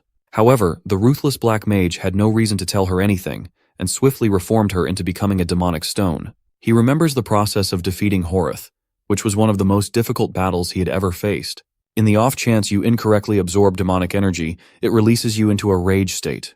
Many people end up becoming horrifying monsters just because of that. At the time, Seaman didn't want to test his guts and absorb the power because of the risk factor involved. But eventually, he learned the correct method to absorb demonic energy. At the time, he reached the 9th circle of magic and no longer required its power. It became unused until 5 whole centuries later, with Seaman putting the stone in his mouth and absorbing it. Suddenly, a strong gush of spasms courses through his body. He feels pain and screams until Seaman discovers himself in a place called the Mind's Realm. Turns out that he survived the devouring process of the demonic energy, but just up ahead is a demon with crimson red energy. It's Horeth, and she's rather surprised to find a stranger here. There's a big problem, and it's the fact that Seaman is no longer at the same level of strength he used to be. 500 years have also passed, and yet she possesses overwhelming demonic energy. Seaman attempts to speak to her, but the demon cuts him off, questioning his identity. She takes him down in a single attack, realizing that Seaman is nothing more than a weakling of his former strength. She's confirmed who he is, which leaves the question of what he's doing here. The mage explains that he came to borrow her vessel, a rather surprising offer. Horath wonders if his bold approach will still work when his body is so weak at its current state. She's enjoying choking the man who trapped her for centuries. Not only that, he's been reduced to a fraction of his strength and wants her help. It's an entertaining sight for her. Our boy is getting choked so hard he thinks his neck is about to pop off any second. He grabs her hand and asks if she's truly fine with ending him here. After all, he came with a proposal, and she's already trying to end him. In the back of his mind, Seaman is aware of the demon's intentions to use his body. That's why she isn't injuring him gravely. Interested to hear him out, she lets him go, willing to acknowledge his bold approach and bravery. The confident high demon questions if the mage will be able to tolerate her power, especially since he's already broken his magic circle. Seaman lays out an offer that she can take over his body if he's incapable of doing that, which would be the best deal possible for her. But Horath desires a simpler means of doing things, and with a snap of her fingers, she puts Seaman's through a wave of pain. She plans to torture him for a long while, and thinks that it's justified for him to suffer this much after what he did. At this point, Seaman realizes that his body is experiencing the effects of mind control magic. Horath is sadistically enjoying his suffering. It comes to a point that Seaman passes out with just mere works of mind magic. The high demon is extremely disappointed with how weak he's become. Seaman maintains his consciousness, claiming that she's just the loudmouth he remembers. High demon doesn't get what he's scheming, since he doesn't possess the same mana or magic circle of his prime. However, Seaman expresses that despite both of those things being the truth, he's more than capable. He disappears into thin air. The mage who acquired ninth circle magic can simply never fall victim to mind control magic. We see his avatar manipulating Horath's mind instead, giving her chills from the experience. She enjoys battling him, and is even more impressed that he managed to acquire the ninth circle of magic. Seaman is happy to show her the effects, but she thinks it will be enough. What really bothers her is that, even after he obtained so much power, he couldn't achieve his goals of changing the world. However, Seaman claims that he's far from finished. His ambitions are resolute, and he will in fact change the world no matter what. Hearing this, the demon shares that while she's uncertain of how he'll use her powers, she thinks it should be okay if he has reached the ninth circle. Horath confirms that he's confident in his abilities for a reason. After all, in the likelihood she did take over his body, she could never step past the seventh circle. That's why, instead of her, she wants him to be the one to obliterate the world using her powers. Horath fades, leaving her energy in his hands, while Seaman hopes to do his best to truly accomplish his objectives. She reminds him that a second failure won't be tolerated. Seaman wakes up from the exhausting experience of having absorbed the demon crystal. He immediately activates Dark Flame to test his powers. Turns out he's still at the third circle level, but he's garnered a foundation for himself, which should be good enough for the time being. He also knows that Horath could have been able to control his body with ease, but she still decided to leave her fate in his hands. He hopes to satisfy her with his goals. Since he possesses deep knowledge about magic circles already, he thinks that restoring his powers to the ninth circle won't be as difficult as last time. Still, it will take a while for him to gather enough demonic energy to be able to do that. That's why immediate action is a must. Seaman finds his way to a different room, this time calling out for other beings who have rested well for 5 centuries. The black mage places his hand on the ground, activating a spell that resurrects his golems from the ground. This way, he has restored a fraction of his original powers. Back at Lemire City, we transition to Count Monarch's residence, where he is beating the crap out of his subjects. Mylon is begging for mercy as the rider who lost in the fateful match. However, Count Monarch expresses his agitation in a different context. He doesn't care about the fate of the match. Rather, he's suspicious of him secretly working under Princess Reina, especially considering the difference in the gigant specs. Mylon shouts his loyalty to the Count, claiming that he would never do such a thing as an honorable knight. However, Count Monarch isn't satisfied with those words. Mylon is about to meet his hand with a blade ready to sever his head. In one last attempt to save his own life, he claims to have knowledge on the mere gigant's rider. He talks about how he faced this warrior 3 years ago and how they were unstoppable. Mylon doesn't have any idea who they're connected with, and nobody really knows about the Black Knight's identity. Count Monarch figures that he's got nothing more useful to say, and despite his contribution just now, the poor guy loses his life while begging to be spared. One of his assistants informs him about Reina's decision to stay in the city for the safety of the refugees. The Count wants them to keep an eye on her for a while. Additionally, he wants them to investigate the rider who boarded the mere gigant. He's frustrated and wants to see this man for himself and judge if they will be an obstacle to his plans. Since a long time ago, the Lochen territory has continually thrived thanks to the nearby river and fertile lands. Yet, many have left their houses abandoned now with no signs of development. The 3 villages in this territory are close to becoming deserted ghost towns now. Seaman fixates his attention on the accountant, who he has restrained for his answers. He scares Humpty Dumpty over here, reminding him that they're responsible for putting the territory in such jeopardy. Dixon tries to clear his name, claiming that there wasn't any other way to resolve the problem, and that he did his absolute best. Seaman stands over his head with his sword raised, mocking him for his words. While he enjoys the thought of having an egghead over here hung in the middle of the town square, he's got more to ask from him. There's the fact that Dixon is an individual whose capabilities and talents are recognized by the Empire. This man turned down many other offers from other estates and chose to stick with the Lacan family despite its troubles, proving his loyalty. Seaman took it upon himself and requested the best financial books from the previous years. Dixon proved himself by fulfilling the request in one day, so he's actually quite impressed by the egghead. Dixon is happy to boast his best quality. He's good at math and can solve many problems in his head. But to the noble, this is exactly the underlying issue. Dixon doesn't get what he's referring to. The young master grabs his shirt and tosses him off the cliff as he screams for his life. Poor guy is being rolled like a cannonball while Seaman casually keeps up without any trouble. He ends up crashing on the ground and questions the meaning of such punishment. All of a sudden, Dixon sees one of the villages. The people of the Viscounty are broken, poverty-stricken, and have nowhere to thrive. Dixon can't believe it. He thought they were flourishing, so slums like these should never have come up. The young master questions how it really feels to finally see the results of his calculations. He made a critical error by trying to resolve human actions in numbers. He couldn't ever spend time with the villagers and see what was wrong with the village. So now, the resolute seaman gives him an ultimatum. If Dixon cannot find the cause of their demolished state, he will be fired at once. The accountant realizes that he's in deep trouble and quickly introduces himself as the accountant of the Lacan household. Now in Seaman's case, he's completely alright with seeing the fall of the hero's family. But for now, more pressing matters are at stake. His first mission is to improve the village so that he can eventually improve his magic circles. The scene transitions back to the family estate, where Philip is being held hostage. The vassals can't believe that the young master paid off the debt by gambling it off. They're all glad that the issue is at least resolved, but the fact that it was done through acts of gambling harms the perception of the household. The rest of the subjects are angry with the guard knight who didn't stop the young master from committing such an act. Rogers is pissed as hell, and young Philip knows he's about to catch some hands. Rogers wants to confirm if the young master's identity was exposed in Lamer City. To that, the guard knight replies that he's not crazy enough to do that. But then reality hits him. This stupid fool ended up announcing to the royal guards that they belonged from the Lacan household. Bro realizes he's stupid as hell, while Rogers can't believe he's gone to such limits. The butler, on the other hand, thinks that it's only a matter of time until people would have found out anyway, since Count Monarch's information network is powerfully vast. He's the head of the city, and nothing escapes his ears. The moment he comes to know about the Lacan household's attack, it's possible he might retaliate by sending his men. In that case, they will all be doomed with nothing to fend for. After all, Monarch is a distant cousin of the Emperor and holds extreme power. Rogers recalls how this man expanded his territory through wars, and now, he's got every reason to strike down the Lacan territory.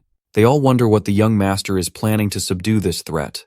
At last, the man himself makes his appearance, sick of their speeches. He startles them with his sudden entry, and asks about the ones who were spouting the reputation of the household. Seaman inquires if they should ignore evil deeds being committed for the sake of reputation alone. Rogers argues that they're trying to be realistic about the situation, since they can't face Count Monarch's incredible army. So they just wanted to tell him that his recklessness has just put them in grave danger. Seaman finds this frustrating and asks if they also earned the title of heroes by submitting to evil people in power. He reminds them that titled heroes are supposed to fight the worst adversities known to humankind in the name of justice. The butler argues that they're doing their best every day, but in response, only the question is fired back. Did they solve all the problems? Despite their efforts, they didn't do anything, and had the audacity to judge Seaman's methods of fixing the state of the household. Still rebellious, the butler argues that people could make a big deal about the family's reputation when they discover that gambling was used as a method to pay the debt. An agitated Seaman tells him to shut up as reputation never solved a hunger crisis. He reminds them of their sworn duty to protect the people of the Viscounty, the ones who are starving with inhuman living conditions. And yet these arrogant servants think they're doing things right. Seaman is done with their bullshit and declares that he will change everything going forward. If they don't agree with him, they're shown the door to leave. The butler tries to reason with him one last time, reminding the young master about the loyal servants who have stuck by the Lacan family this entire time. However, the noble cares very little about these people. He wants to prove his determination and resolve. He commends Philip for his brilliance as a skilled captain. The guard knight thinks little of himself compared to the young master. Seaman believes that someone as skilled as him should have the right to be the knight captain. Rogers doesn't get what he's trying to say, so the noble shares what he's thinking. He wants them to duel it out for the title of knight captain. Poor Philip is begging for his life. He doesn't want to be a part of a challenge where he has to face his uncle and teacher. However, Rogers tells him to remain silent. He realizes that he's never gotten the chance to prove his skills to the young master. Seaman is looking forward to his performance. We jump ahead to the dueling arena where both fighters are gearing up for battle. It's been a few years since they last fought, but Philip is prepared to give it his all. Rogers is the same as he draws his sword. With the two swordsmen staring each other down, the fight begins. Seaman notes Philip's demeanor, realizing that he's nervous. It must imply Rogers' own strength. Since the guard knight has come to face dozens of knights in the past, Seaman is more than confident in Philip's ability. The first strike is dealt by the junior knight. His attack phantom sword connects with Rogers, or so he thought. It was blocked, though it was powerful enough to earn a compliment from his teacher. Philip assures his uncle that he's far different from what he used to be. Saying that, he dashes with such incredible speed that it leaves Rogers completely astounded. His speed forms numerous after images all around, finally revealing the real Philip attacking from behind. Rogers is starting to see the reason how Philip earned a compliment from the young master. However, he manages to foresee the attack and catch his opponent with ease, pummeling Philip into the ground. That one tackle knocked him out, but what's more, Rogers thrusted a charged kick, sending him flying in the air. Philip crashes in the arena, refusing to give up. However, the fight is already over with a blade resting against his neck. Rogers has won, decisively without using any techniques. Philip is forced to surrender, while the knight captain asks if the current display of his strength is enough to prove him worthy of being the commander. Pumped to see just what he's capable of, Seaman gives him a compliment. Let's cut to the training session. Rogers is training a bunch of his men while the young master is watching. Seaman is a little surprised that Philip lost so easily. He's having the dumbass bent over as punishment. Turns out Rogers is actually one of the 5 strongest swordsmen in the entire continent. Seaman realizes that if someone of Rogers' caliber ever decided to target him, he'd just die. He wants Philip to become his strength, and that's why he assigns him to be his official knight of escort. Hearing this, the guard knight is moved to tears because it means the young master entrusts him with much. He promises to do his best, to become the strongest and most reliable blade to protect his master. Seaman is delighted to hear that and tells him to rejoin the rest of their training. Among the 50 knights they have, 10 are considered experts. It's all thanks to the warrior family's lineage in sword mastery. Both Philip and Rogers are talents that many other estates would kill to acquire, which also shows why the family is in its current dreadful condition. That evening, the butler was shocked by the young master's actions once more. First he sold the statue, and now he's doing away with the family treasures without a second thought. The butler hollers at him for defaming the honor of the Lacan household. Seaman expresses that he's willing to do away with anything that brings him money. Slamming his hands on the table, the butler is growing tense and asks what would fuel the young master to take such a bold action. Seaman takes a moment to observe his reaction, and finally releases the truth. He wants them to know that the hero who protected them 5 centuries ago isn't going to help them anymore. The butler is offended to hear him foul the hero Lacan's legacy. However, Seaman offers a different perspective. He wants them to remember what put them in this position in the first place. It's because they believed in traditions and honoring the name of the hero. It's because of naive vassals like the butler that the family fell into ruin. Once more, the butler shifts the blame and directs it at the curse of the Demon King. Seaman points to his rebellious attitude and reminds him that their approach is wrong. They only blame the Demon King instead of focusing on their own shortcomings. The noble wants his butler to know this very well, that he will succeed the legend of the hero Lacan. That's why, if his servants are still tied to the traditions of the past, Seaman is prepared to wipe them from the history of the family. To emphasize his point, he thrusts the blade into the table. The butler Hans is left having a mental breakdown as others come for him. He remembers the day the young master was a little boy who he cared for. But now he has changed so much. The other servants are sad to see Hans in such a miserable state.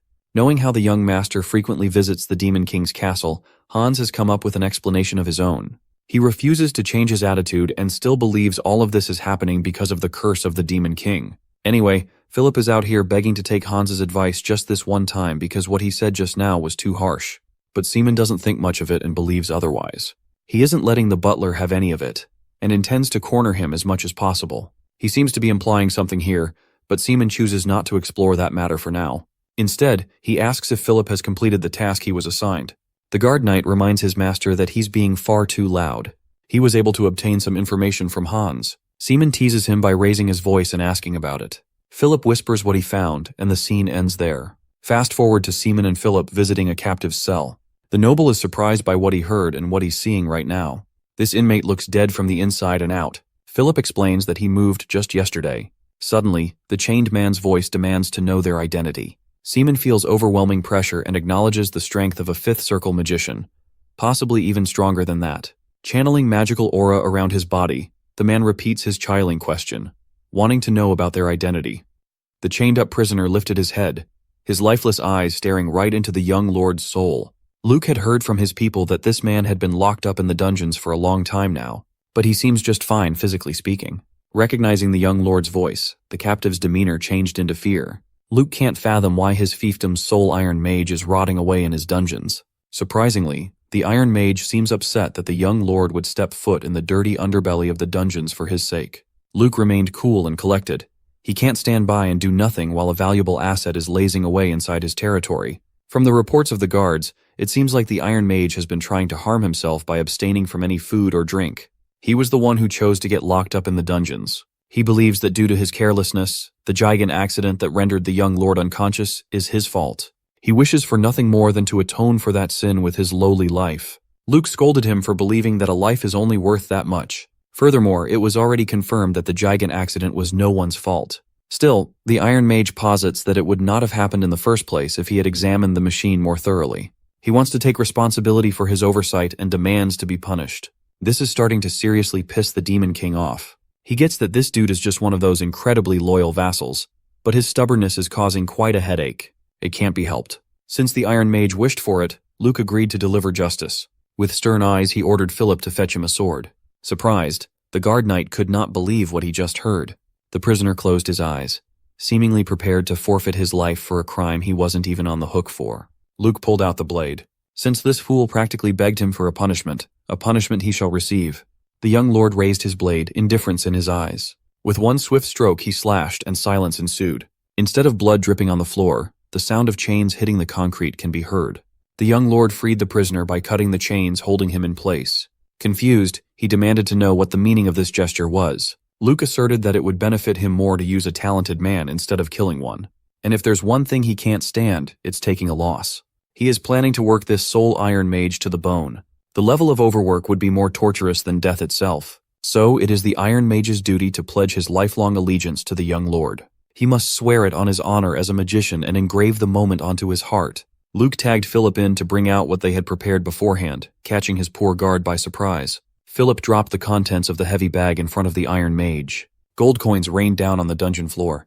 The man asked where the young lord got this much cash, and Luke retorted that it was not too big of a deal. They just have around 70,000 pesos to play around with. From now on, the Iron Mage must use this money in preparation for raising the magic tower. He is tasked to buy any necessary grimoires and procure the equipment required to repair and manufacture giants. Unlike the Lord of the Past, Luke plans to heavily invest in magic. It's an Iron Mage's job to make sure that incidents never happen in the process of doing so. With tears streaming down his eyes, the man cannot forgive himself for causing harm to the young lord. He doesn't know if it would be right for him to receive such goodwill. Luke was quick to correct his perception of what was happening here. This is not a form of goodwill. This is just another form of punishment. So the old Iron Mage better strengthens his resolve. The young lord does not forgive so easily after all. After seeing his boss's radiant aura, the hopeless prisoner was moved. He kneeled on one knee and properly introduced himself as Mute, the Lacan family's Iron Mage. He swore that until the day of his death, he would devote his everything to atoning for his unforgivable sins. On the side, Philip was impressed by the rich flow of Sir Mute's incredible mana. Luke reckons that Mute is a man without a shred of flexibility, but his stubbornness can definitely serve as a sturdy beacon in times of crisis. The young lord also left the two mechanics they yanked out of Loomer in Mute's care. From the shadows, Hans continued to tail the young lord silently. He was quite impressed to see the young man convince the stubborn Mute back into employment. Hans can admit that Luke had become truly incredible after the incident. But for some reason, the old butler still feels anxious. A month later, the energy in the fiefdom had drastically shifted for the better. The family is changing, and it's happening at a rapid pace. Philip, who was far from earnest, is now training harder than anyone else. He swings his sword with a more solid purpose. Iron Mage Mute, who had hidden himself in shame due to past mistakes, is back on his feet. He is now taking the initiative to train his new recruits. While Hans and his posse were monitoring the barracks, they were interrupted by a familiar voice. It was none other than that bald accountant, Sir Dixon. It seems like he's been hard at work. The whole fiefdom was in chaos, searching for this little bald bastard. Hans has a lot of questions that need to be answered. Sir Dixon apologized for unintentionally causing a fuss, but he was gone for a good reason. It's a long story, but he believes that it would be better to show Hans what he's been up to instead of yapping. The bald little genius led Hans to the outskirts of the town, and the old man almost passed out due to shock. The slums that were once a breeding ground for misery had undergone a massive makeover. Sir Dixon elevated the impoverished area in just a month. He even established a new market in town. Unlike before, anyone is free to sell their wares now. This was decided and implemented together with all the residents. Now everyone is enthusiastic about discussing how to improve their fiefdom together. The old and inefficient traditions are getting abolished. Sir Dixon firmly believes that the fiefdom of humanity's hero is looking as it should now, lively, bright, and optimistic. Hans is still struggling with some of the changes, but the proof is right in front of him right now. The fiefdom might be trending upward, but there is no denying that everything happening now goes against 500 years of Locke and family policies. Hans consulted Rogers about his gripe. The knight captain admitted that he too had the same concerns at first, but he chose to let it all go a while ago. The young lord has proven himself effective with tangible results. He's done a stellar job. Hans wanted to bring someone to his side, but Rogers had already bought into the young lord's methods. The knight captain believes that as vassals, it is their duty to place their unwavering trust in the young lord. With that said, he left the room and went straight to the training ground. Within a relatively short span of time, everyone has already been won over by the young lord's unorthodox ways. Perhaps Hans is just holding on to the past. A week later, in Luke's study, Hans organized all the documents the young lord needed for research. He felt sorry for working with the old man so much, but Hans is as reliable as can be. The torn ceiling of the study leaks while it rains outside, but the work must go on. Hans promised to resolve the issue regarding this leaky setup by the next day. If needed, the old butler even offered to repair the room himself. That's when Luke called him out for having his priorities wrong. While they endure a little downpour now and then, those who have no home to shelter from the rain are overflowing in their fiefdom. Instead of focusing on themselves, they should be thinking about their people first. It is their duty after all. The more Hans comes to know the drastically changed young lord, the more he finds that following him is the right thing to do. However, he's still unable to determine what Luke's true intentions are. So, the next night, Hans busted out his shockingly impressive parkour skills to traverse the nearby woodlands. He is trying to keep a healthy distance while carefully observing Luke, who has inexplicably entered the woods with nothing but a sack on his shoulder. Every night, the young lord secretly heads somewhere.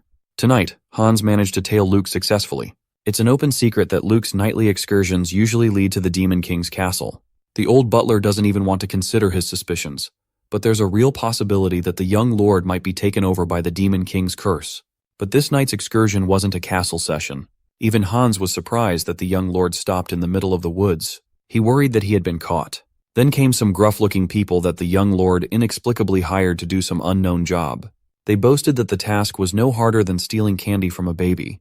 Hans recognized these men as the bandits banished from the fiefdom for their criminal plundering. As it turns out, they have been living in the woods near the fiefdom. Based on their camp, there seemed to be a lot of them. Luke was pleased with how reliable the bandits were. With his sack in hand, the young lord asked his criminal team if they could finally begin.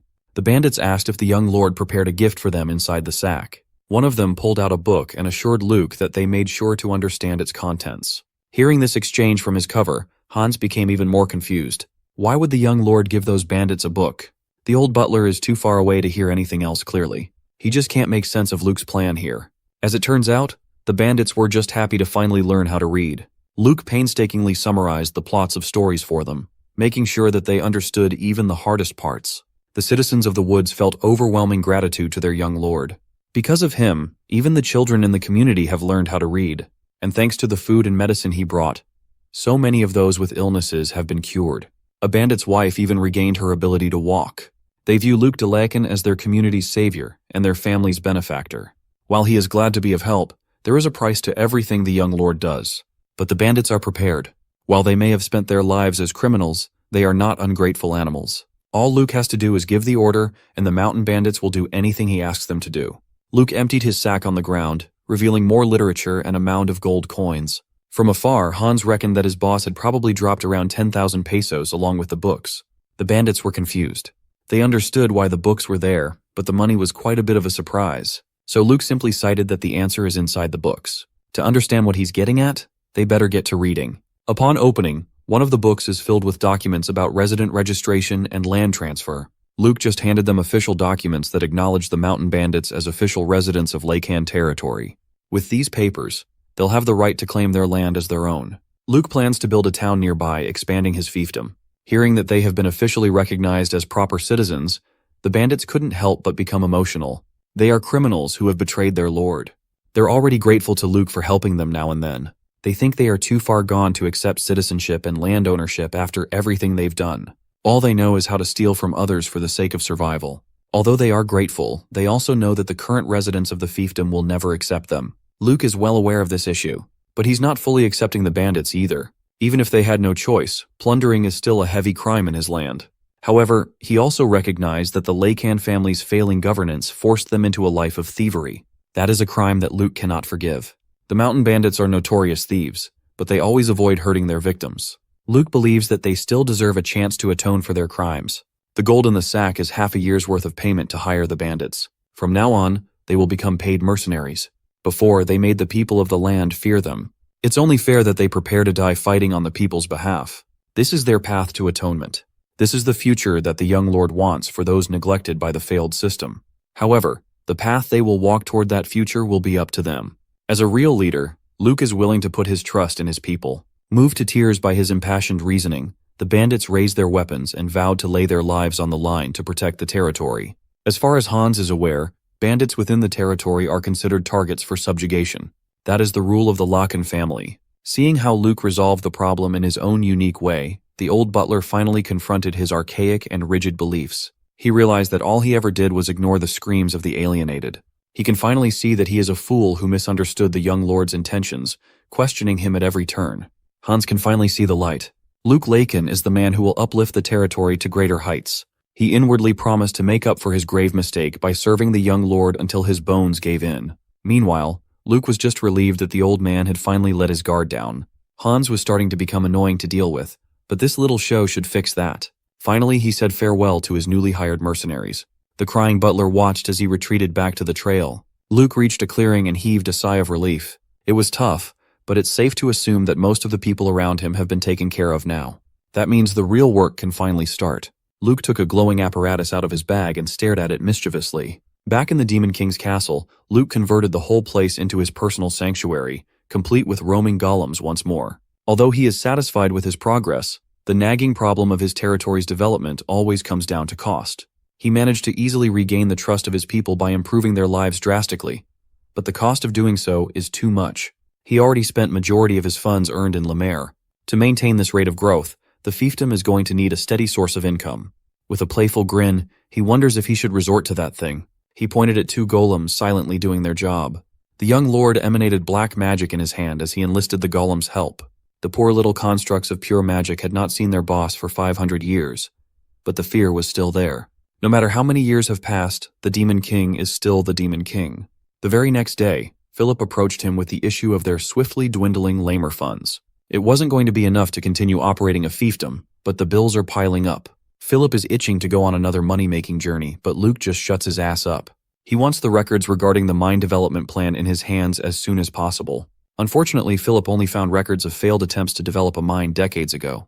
They tried looking within the territory, but there wasn't a single sign of a workable mining spot anywhere. Luke then asked why they even incurred so much debt to explore mining with such little chance of success. Philip awkwardly answered that they had to make suboptimal choices due to limited options at the time. The territory was in a horrible state due to a series of unfortunate events happening within a short period of time. And while the residents were moving away, the young lord was unconscious. Luke finally understood that his staff just tried to make things work. They had no choice but to hang on a rotten rope. With a failed harvest season, even maintaining the territory is impossible. However, something is off. He is certain that there should be a workable mine in the vicinity. Looking at the expedition map, he asked why there were no records of a particular area. Philip saw him pointing at the Rokia mountain range, and fear was plastered on his face. Scouting the area out was too difficult due to the abundance of monsters in the sector. They sent multiple knights over to map and scout the spot, but the monsters hiding within every corner of the region made it impossible. They had no choice but to safely return empty-handed. Seeing the smile on Luke's face, Philip can already tell that the devious young man is devising another one of his weird plans. Philip tries his best to preface how dangerous that place really is, but Luke is just salivating at the thought of finding what he's looking for in that monster-infested area. And so, he paid the infamous Rokia mountain range a visit as soon as he could. When he arrived, he thought Philip was just overreacting like usual, but the bastard actually had a reason to be fearful. Giant orcs, devious goblins, fearsome trolls, and all sorts of monstrosities have settled and conquered the sector. Luke found it odd, though. These monsters of different races usually live within separate regions far from each other. So why are they cooperating in one location? Maybe they have adapted to deal with human forces effectively. No matter the reason, these monsters don't seem diplomatic at all. An orc tried to hack him down in one swing but missed. Luke was fast enough to get out of the attack's trajectory. But this is not a fair one-on-one. The small and medium-sized monsters quickly surrounded him from all sides, and they were hungry to draw blood. Since these bastards think they're so tough, it's time to show who's the boss. From now on, Luke will be taking care of these pesky beasts himself. From his black magic circle spawned the 2 supersized golems that he randomly picked out of his castle workers. These 2 golems should be enough to deal with a smattering of different monsters, right? An orc tried to bash the golem's solid head, but it didn't do any damage. The golem responded by launching a solid punch that knocked the wind out of the orc's sails. Luke smiled. This little operation is going better than he thought it would. It's good to know that the future mana stones could handle powering his old-school golems. As soon as one of the orcs fell, the goblins came dropping out of the trees with their weapons drawn. Of course, it was a tragic mismatch. These little green boys can't even make a little dent on golem bodies. The magical constructs continue to mow down every beast in the vicinity without mercy. It is working out surprisingly well, but more monsters just keep on coming out of the woodwork. Dealing with the endless waves is difficult, but there is a method to make this process a lot faster. Luke scanned the area and singled out the strongest aura of the bunch. Judging by one blind orc's intensity all the way from the back, Luke determined that this big guy must be the leader. Luke stretched his legs and decided to join in on the fun. He coated his body with physical strengthening and postured to go in. With a singular quick step, he vanished, confusing the orcs. Since the young lord doesn't have much time on hand to get dirty, he's going for the quickest winning strategy. He flash-stepped behind the orc leader and used his black magic to cast obedience directly to the big guy's skull. The monster growled and groaned as his mind got taken over. Obedience is just one technique from the long list of brainwash magic spells. As soon as Luke finished, his mark was left on the orc leader's forehead. It was a success. It looks like the orc leader is his subordinate now. The underlings of the orc leader stayed put, unsure of what to do. Now that the tides have turned to his side, the first ones to give up were the goblins. They recognized that they were clearly outmatched. Even the lizard girls were starting to falter in confusion. Luke promised the monsters that they wouldn't be hurt if they just brought their respective leaders along. And so, the harsh glow of black magic sparked over and over within the monster-infested sector of the woods. Luke's last victim was the leader of the goblins. As he choked and put the monster under his brainwashing magic, the little critter tried to resist and failed. It tried to break free of the chokehold, but Luke was completely unbothered. Once obedience has taken hold, the goblin passes out from getting his brain fried. The young lord turned to the other goblins and posited a question for the monsters now under his command. He had heard that there was a place where dwarves would come and go. He wanted to know if there was any truth about that rumor. The normal goblins had no idea about the place he was talking about. Just as he expected, normal monsters do not know anything about the place he's looking for. Thankfully, the newly brainwashed goblin leader has woken up.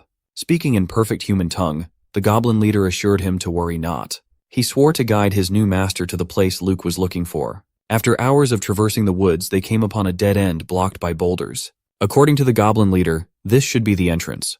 There are traces of severe landslides, but the spot is emitting a strange vibe. As Luke was wondering just what could be in there, he noticed that the monsters were feeling some discomfort. Just standing near the dead end is making them shiver in fear. What could be inside for these fearsome monsters to be this terrified? Luke will just have to find out by going in. He raised his hand and cast Dark Flame, lighting up the surroundings with his dark fire. Without an ounce of hesitation, he launched the explosive spell into the pile of boulders. Just as he expected, the mineshaft hidden behind the boulders was revealed. It's been here the entire time. When the boulders were cleared away, the fearful reaction of his monster subordinates became a lot worse. So, he granted them permission to go back to their routine. In exchange for not wiping them out, they must agree to never bring harm to humans ever again. All they have to do is spend their time peacefully until Luke gives their next orders. It looks like the monsters are happy to stay hidden until their new boss bestows them another task. But they might also just be happy to get the hell out of the freaky mineshaft. Luke reckons that these monsters will surely be in handy in the future. By his lonesome, the young lord pushed forward and got started for the sake of fixing his fiefdom's financial problem. 5 centuries ago, the societal structure of the world was a bit different. With their overwhelming techniques and force, humans oppressed other races. Seeing beastkins as lesser than them, they treated other races as slaves to be owned, punished, and worked to the bone. They wished only humans would be left on the continent. As such, Seaman, who was widely known as the Demon King, began to burn down one race's kingdom after another. For the other races, he quickly became a beacon of hope and change. His golems were their liberators, and the man himself was looked at as their savior. In the Demon King's tower, he remembered taking in countless meetings and audiences with his monstrous subjects. One orc had a particularly sad case. He came seeking refuge at the Demon King's tower with his 10 surviving tribesmen. In this case, Seaman passed down the order to make a base for the orcs in a different territory where they will take over construction work. Hearing his savior give him and his remaining tribesmen a new lease on life moved the orc to tears. That day, Seaman was hoping to get out of his kingly duties early, but fate had other plans in mind. Next up on the line was a stubby bearded man with pointy ears. He complained that it was not right to make an elderly man wait for so long. The Demon King's lapdog almost tore the stubby man for showing such a disrespectful attitude, but Seaman immediately knew what he was looking at. A dwarf, a representative of an earthen race that possesses the greatest technology, came here to talk with him. On top of that, the energy radiating from this visitor is on a whole different level. So he humbly remarked that he never could even dream of getting a chance to meet a legendary ancient dwarf. Mr. Ancient Dwarf liked how perceptive the Demon King was. It's not easy to tell him apart from a regular dwarf and from appearance alone, after all.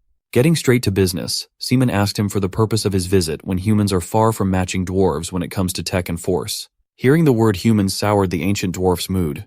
While humans lack technology, they're still out there indiscriminately destroying nature. Because of their endless expansion, plenty of ecosystems have been ruined. Picking up on what he's putting down, Seaman asked if the dwarves wanted to help him in his mission to wipe humanity out. The ancient dwarf confirmed. If the Demon King can clean humanity up, then the dwarves will use their technology to improve his base. Seaman laughed at the absurdity of this exchange. Despite how it looks, he's still human too. When he asked if that was going to be a problem, the ancient dwarf laughed as if he had just heard the funniest joke ever. He belched and roared, leaving the Demon King confused.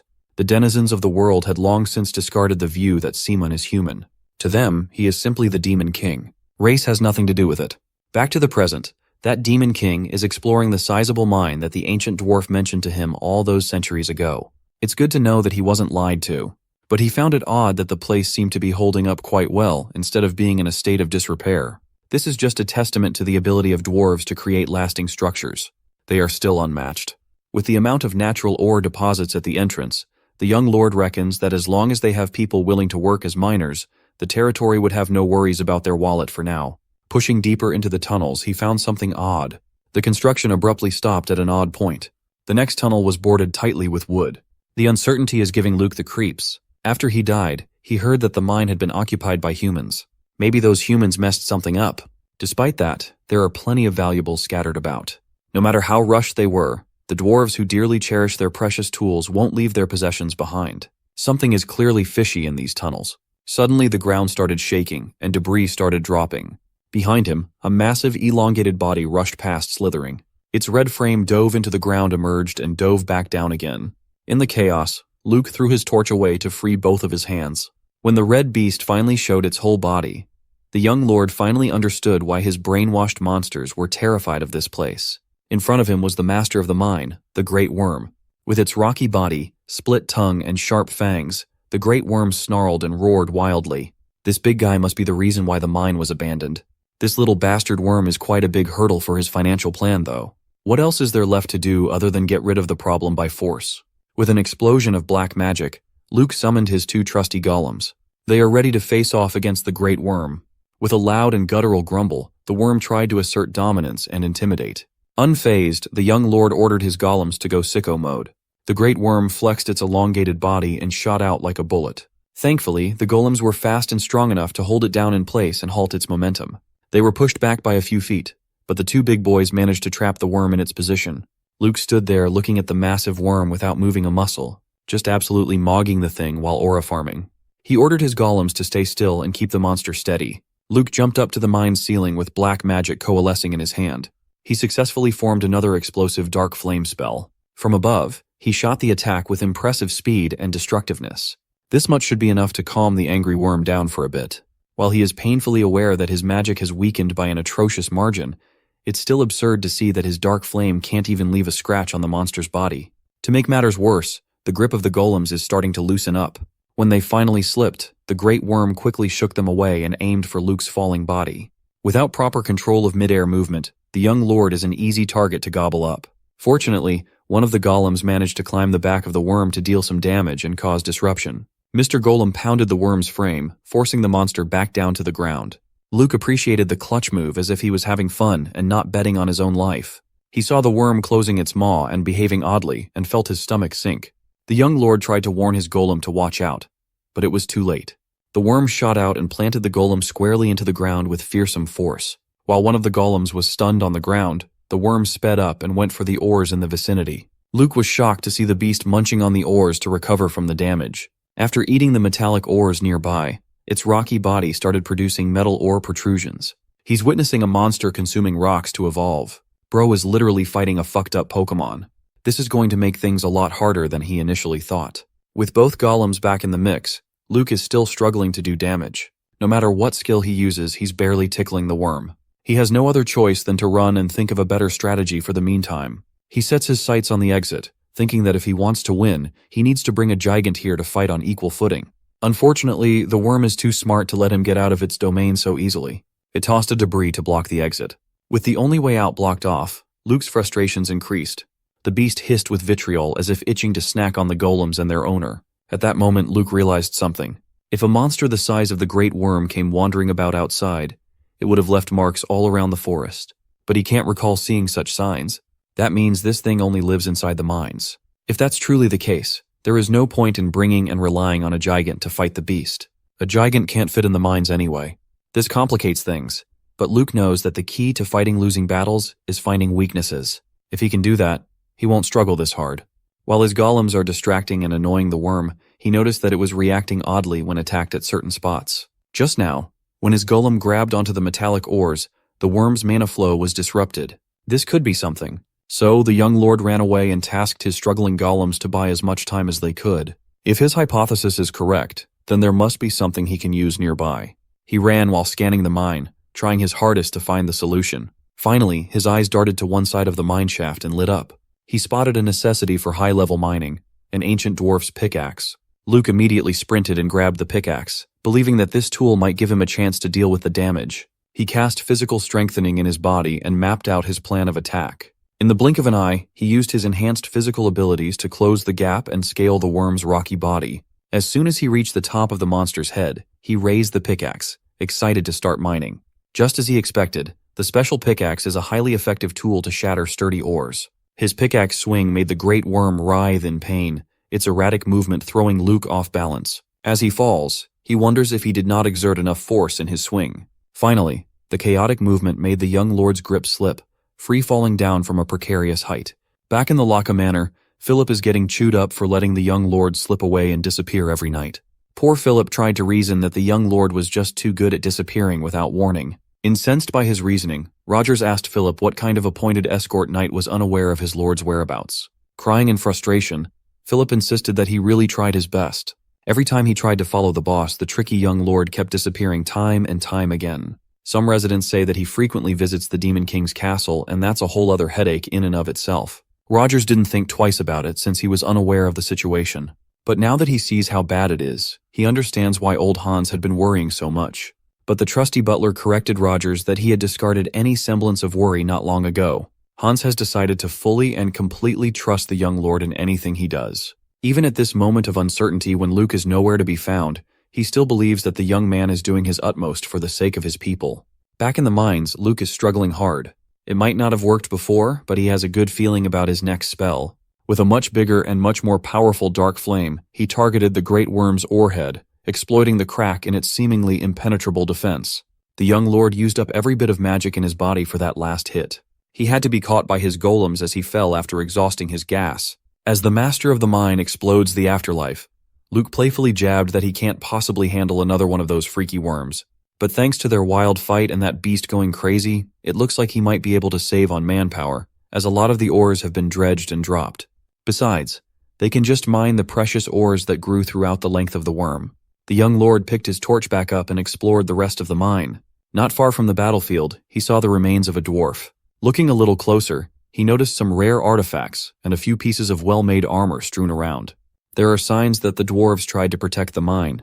They wanted to fight for what they'd built. As a sign of respect, the young lord constructed a simple grave for the dwarven remains, hoping that it would be enough to honor their efforts. Now that the ancient dwarf has a proper resting place, his spirit can leave all the burdens and be at peace on the other side. Luke also hopes that the dead dwarf wouldn't mind that he took all of the stuff, from rare artifacts to dwarf-forged armor. He assured the